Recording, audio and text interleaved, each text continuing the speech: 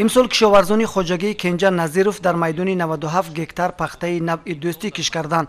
تا امروز میدان ها دو مرتبه آبیاری شده، کارهای اگروتکنیکی و غذادهی سری وقتی راه اندازی شده است. در همین شب و روز هر یک نهال پخته 10-15 تا گل و شانه و کورک داشته، نشونمای نهالان پخته جوابگوی طلبات های قاعده های اگروتکنیکی می باشند. مسئله پخته من از دیده شما نشونماش نه، من از دور دویما 250 کیلوگرم داشتیم. قریب شدیم جی دور دوم خدمات من آب رسیدیم.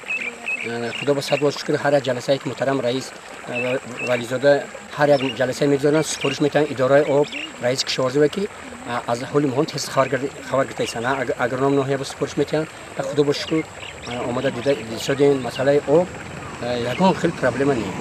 یک مهون من دور دوم دادیم اکنون اورا کردن نصیب بود شب روز آب میکنیم.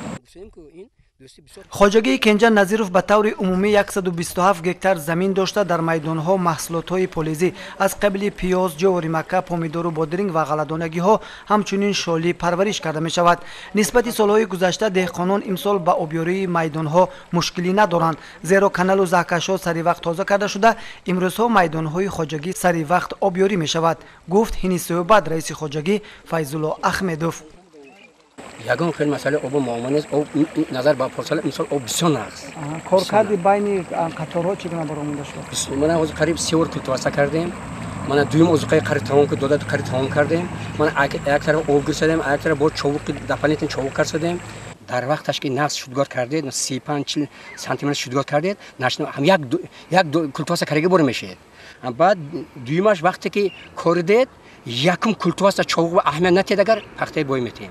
یکم کلتواسه چوب و یکم دوره دادید می آب احتیاط کردن ما در کار. او یکم او که نقص برآوردیم الان حاصل همه نقص میشه. شالی پروری نیز برای بلند برداشتن سطح زندگی مردم و تامین امنیت عضوقواری کشور مساعدت می نماید.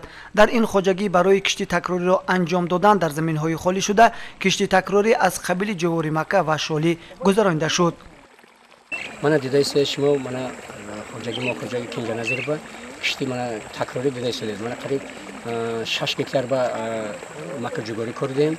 قریب 1.5 گکتار با من شالی دیده شده. من کار کردم. من نشونمای شالی خوب است. کشتی دوباره 100% ما اجرا کردیم. در خواجگی کنجا نظیروف شهری ترسونزاده هر وجب زمین ها عاقلانه استفاده شده، نقشه کشتی تکراری به انجام رسانده شد، میگوید رئیس خواجگی فیض الله احمدوف.